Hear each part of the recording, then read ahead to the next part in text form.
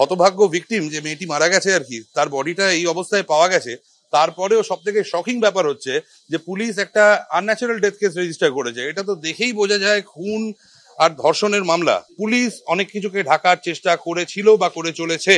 আর আমাদের আর একটা সাবমিশন ছিল সেটা হচ্ছে যে সময়ের সাথে সাথে এই যে 7 দিন পরে সিবিআই দিয়ে দেওয়া হবে বলে যে এরকম একটি স্টেটমেন্ট করা হয়েছে, তো আজকে যদিও কোর্টের কাছে মুডটা একদম অন্য রকমের ছিল, রাজ্য সরকারের তরফ থেকে অপোজ করা হচ্ছিল, যদিও বারবার বলা হচ্ছিল যে না আমরা অপোজ করতে আসিনি, কিন্তু এই 7 দিনের মধ্যেও অনেক ভ্যালুয়েবল টাইম অতিবাহিত হবে, যার মধ্যে আরো রেলিভেন্ট এভিডেন্স ডিস্ট্রয়েড হয়ে যাবে। তো আমরা আদালতের কাছে সবাই মিলেই আমরা আজকে আর্জি জানাই যাতে কেস ডায়েরিটা আজকেই প্রডিউস করা হয়, কারণ এই মামলা যদি সিবিআই এর কাছে ট্রান্সফার হতে আরো দেরি হয় তাহলে আরো মামলাটির যা ভ্যালুয়েবল এভিডেন্স আছে সমস্ত নষ্ট হবে।